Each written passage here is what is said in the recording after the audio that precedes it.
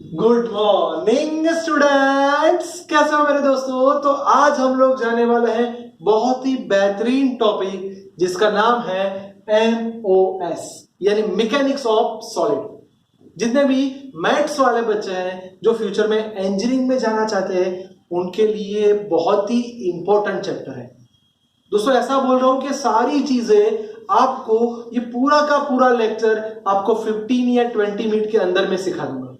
तो रेडी हो जाओ। Solid object.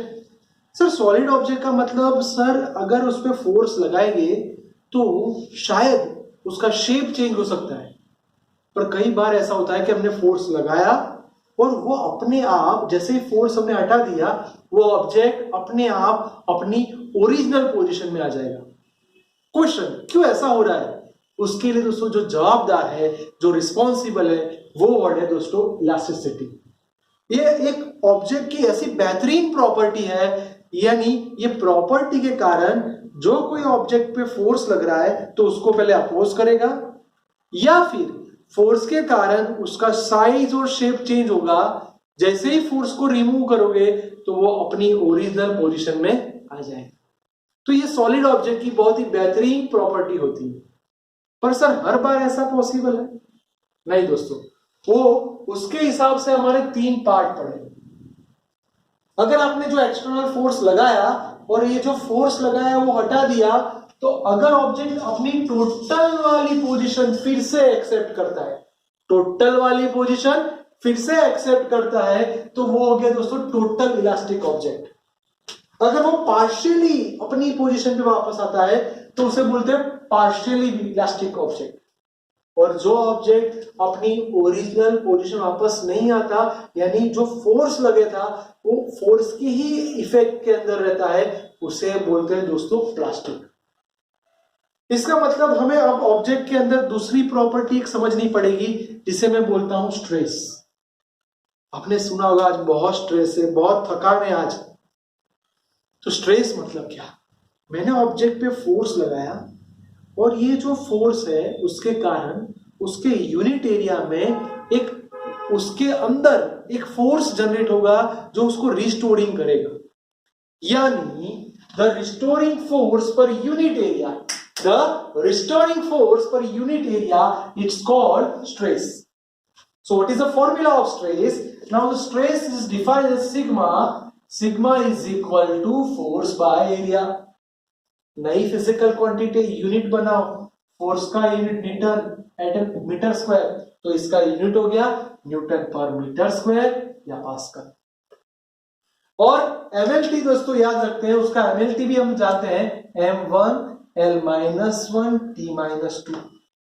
दोस्तों ये फिजिकल प्रॉपर्टी प्रेशर के जैसी है, सिर्फ एक चेंज है, स्ट्रेस हमेशा परपेंडिकुलर होना जरूरी नहीं है, जबकि प्रेशर वो सरफेस पे परपेंडिकुलर होना ही चाहिए। तो ये मेन डिफरेंस है प्रेशर और स्ट्रेस के अंदर। सर स्ट्रेस के भी टाइप्स है? Yes my dear students, stress के भी 2 टाइप्स है, लॉन्गिट्यूडल एंड कॉम्प्रेसिव। लॉन्गिट्यूडल यानी जिसके कारण उसकी लेंथ बढ़ रही है, कॉम्प्रेसिव जिसके कारण उसकी लेंथ छोटी हो रही है, कम हो रही है, डिक्रीज हो रही है। सर ये जो एक्सटर्नल फोर्स लग रहा है उसके कारण उसके अंदर क्या क्या चेंज हो सकते हैं, उसे बोलेंगे दोस्तों स्ट्रेन। स्ट्रेन दोस्तों 3 टाइप से, अगर उसकी लेंथ में इंक्रीज या डिक्रीज होगा, उसके वॉल्यूम में इंक्रीज या डिक्रीज होगा, और उसके शेप में इंक्रीज या डिक्रीज होगा। स्ट्रेन को मैं डिफाइन करूंगा एज एप्सिलॉन सिंबल, इसे बोलूंगा एप्सिलॉन। इसका मतलब मैंने ऐसा बनाया है delta by original. Repeat, delta by original. अगर हम लेंथ की बात कर रहे हैं दोस्तों तो डेल्टा एल बाय एल, यानी change in length divide by its original length. जैसे कि मेरे पास ये रॉड है, इसकी ऑफिशियली लेंथ एल है। अब जैसे ही दोस्तों मैं इसको खींचूंगा तो आप देख सकते हो उसकी लेंथ इंक्रीज हो रही है। तो मेरा फॉर्मूला आया epsilon L is equal to change in length divide by its original length. अब यहां भी दोस्तों 2 टाइप के स्ट्रेन हो गए, एक होगा लॉन्गिट्यूडल स्ट्रेन, दूसरा होगा कॉम्प्रेसिव स्ट्रेन। तो आपके माइंड में क्लियर हो गया कि सर स्ट्रेस के दो टाइप थे, उसके हिसाब से ये लेंथ वाले पोर्शन के भी दो टाइप हो गए। सर ये आपने जो ड्रॉ किया वो ऐसा है कि नॉर्मल ऑब्जेक्ट ऐसा है, अगर मैं यहाँ पे उसकी हर एक सरफेस पे परपेंडिकुलर में प्रेशर लगाऊंगा तो प्रेशर के कारण क्या होगा? सर प्रेशर के कारण ये ऑब्जेक्ट की ओरिजिनल वॉल्यूम V है, पर उसके कारण उसकी वॉल्यूम डिक्रीज हो जाएगी। चेंज इन वॉल्यूम यानी delta V, it's defined as epsilon V। तो दोस्तों ये देख सकते हो प्रेशर के कारण उसकी वॉल्यूम डिक्रीज हो गई, तो ये जो हमारा फॉर्मूला आया जिसे हम बोलेंगे स्ट्रेन वॉल्यूम पे। जबकि ये देखो दोस्तों ये सिंपल है, यहाँ पे जो मैं फोर्स लगा रहा हूं आप ध्यान से देखो, उसको मैं शियरिंग फोर्स बोलूंगा, शियरिंग फोर्स। तो उसके कारण ये उसकी ओरिजिनल पोजीशन थी, तो यहां से देखो इतना डिस्प्लेसमेंट हो गया डेल्टा एक्स, जितना हाइट हो गया उसका एच, और उसका एंगल अगर ध्यान से देखोगे तो ये एंगल हो गया थीटा। तो फॉर्मूला क्या बना? तो epsilon S is equal to shearing वाला ये delta X change divide by original.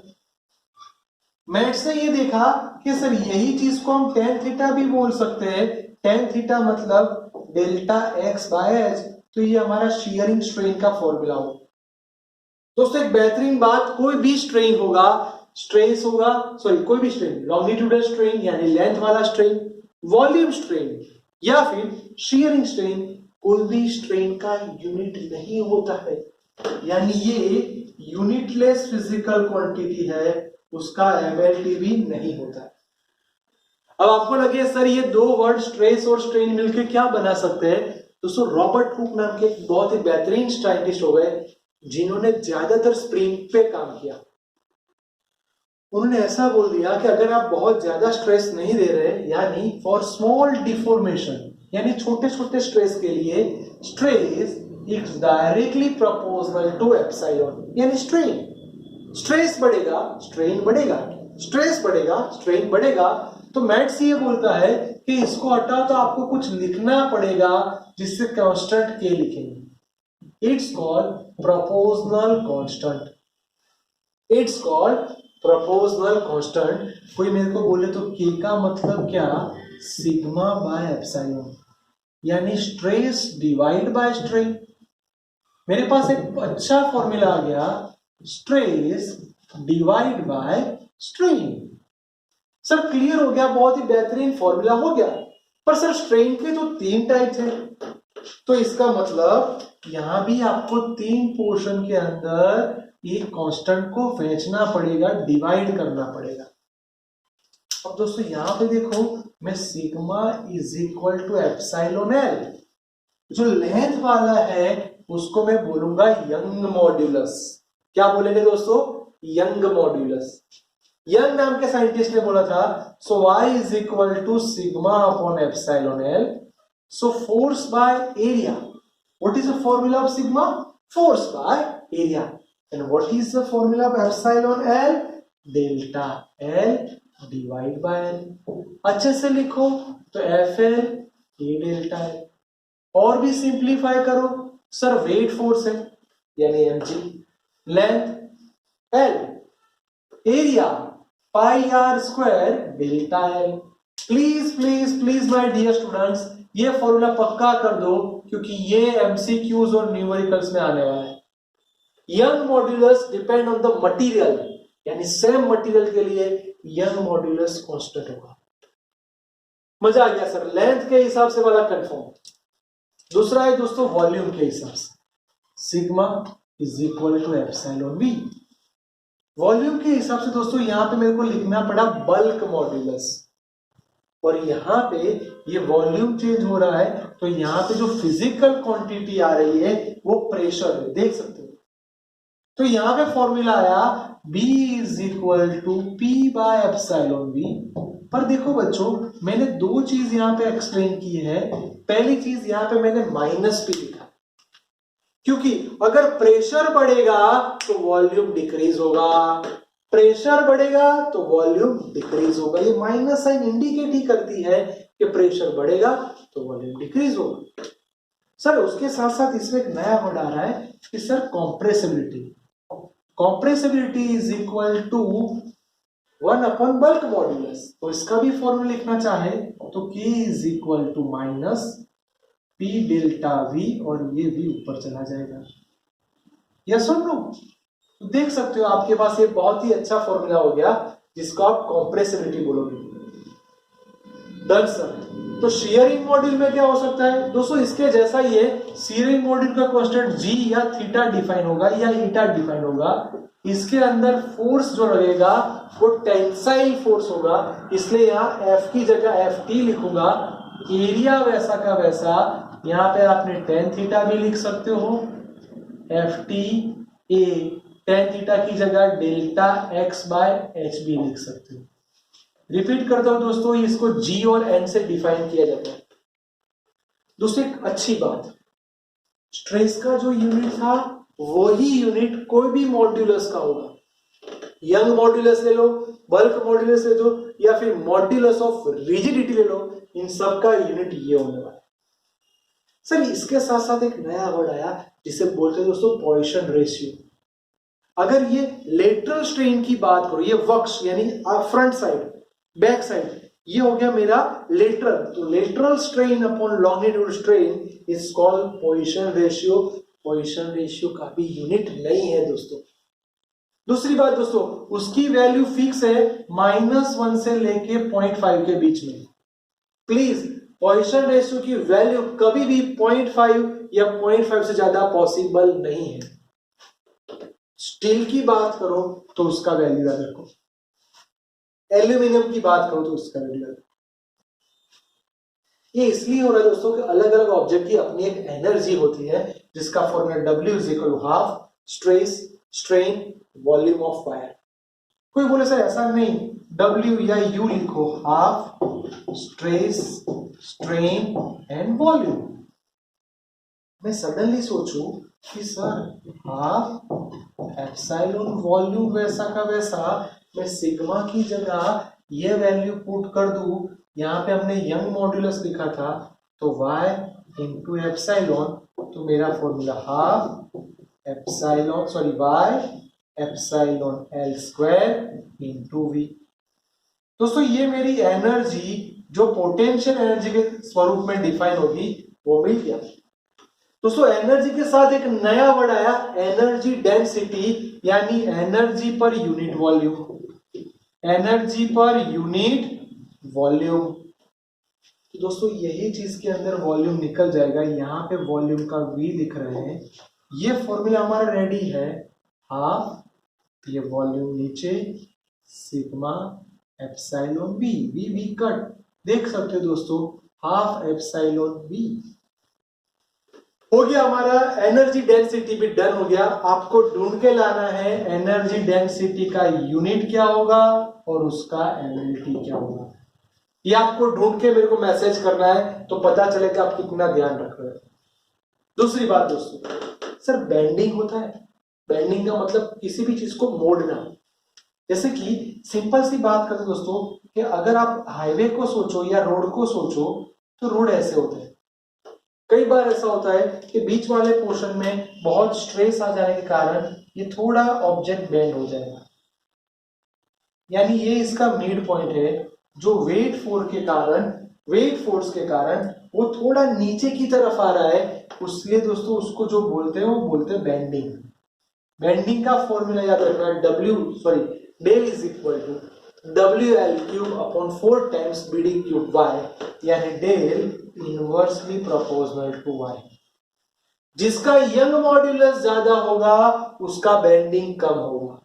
Mind में सेट करो, बहुत ही बढ़िया MCQ निकल सकते हैं। जिसका यंग मॉड्यूलस ज्यादा होगा उसका बेंडिंग कम होगा। क्यों? क्योंकि आपने देखा होगा जितने भी ब्रिज हमारे सामने बने हैं वो ब्रिज पहले ऐसे बनते थे, पर इसके अंदर धीरे धीरे चेंजेस आते गए। ये ऊपर वाले शेप को आप आई शेप में डिफाइन कर रहे हो, यानी ये जमीन के साथ जुड़ा हुआ है और ये वाला पोर्शन नेक्स्ट जो भी ब्रिज बन रहा है उसके साथ जुड़ा हुआ है। कोई भी व्हीकल आएगा यहां से ऊपर जाएगा, यहां से उतर जाएगा। दोस्तों ये आई शेप होने के कारण बॉन्डिंग बढ़ता है। बॉन्डिंग बढ़ता है, एरिया बढ़ता है, फोर्स की इफेक्ट कम होती है। मजा क्या सर? पर उसके साथ साथ जो अभी लेटेस्ट जो मेट्रो ट्रेन के बन रहे हैं, आपने देखा होगा ऐसे नहीं है, वो थोड़े ऐसे हैं। यानी आपने अगर उसको अच्छे से देखा होगा तो उनका एरिया तो बहुत बढ़िया, ये देख सकते हो शेप, ये शेप बहुत बढ़िया है, जिसके कारण आपका जो शेप बना वो नया शेप आया, बकलिंग, यानी आई शेप जैसे। दोस्तों मैंने कई बार सुना है कि सबसे हाइटेड रॉक है जिसे हम हिमालय बोलते हैं, उसका भी माउंट एवरेस्ट सबसे ऊंचाई वाला पोस्ट है। क्यों? उसकी हाइट 8848 या 8488, 10 किलोमीटर से ज्यादा नहीं है। उसका भी दोस्तों रीजन है कि प्रेशर का फॉर्मूला या सिग्मा का फॉर्मूला रो जी एच। अगर मैं हाइट को सब्जेक्ट बनाऊं तो सिग्मा अपॉन रो जी। सिग्मा हमारे अर्थ पे जो भी मटेरियल है उसकी सिग्मा फिक्स है दोस्तों, 3 इंटू 10⁸। रो एनर्जी डेंसिटी फिक्स है, वो भी यह है। और ग्रेविटेशनल वो हमारा फिक्स है 10, तो 3 कट हो गया, 10⁸ डिवाइड बाय 10⁴, यानी हाइट आ गई 10⁴ मीटर, यानी 10 इंटू 10⁵, सो 10 किलोमीटर। कोई भी रॉक होगा दोस्तों उसकी हाइट 10 किलोमीटर से ज्यादा नहीं होगी, नहीं होगी, नहीं होगी। दोस्तों प्लीज प्लीज प्लीज ये पूरा बोर्ड देख लीजिए, जो एग्जाम में आपको बहुत ही इंपॉर्टेंट होने वाला है। बहुत ही सारे कंसेप्ट मैं आपके लिए लेके आया हूं, फास्ट रिवीजन कर सकते हो और उसके डिपेंडेंट कोई भी एमसीक्यूज आप इजीली सॉल्व कर सकते हो मेरे दोस्तों। तो ध्यान से देख लो और पक्का कर दो और इसको अच्छे से अपनी फॉर्मूला बुक के अंदर लिख दो।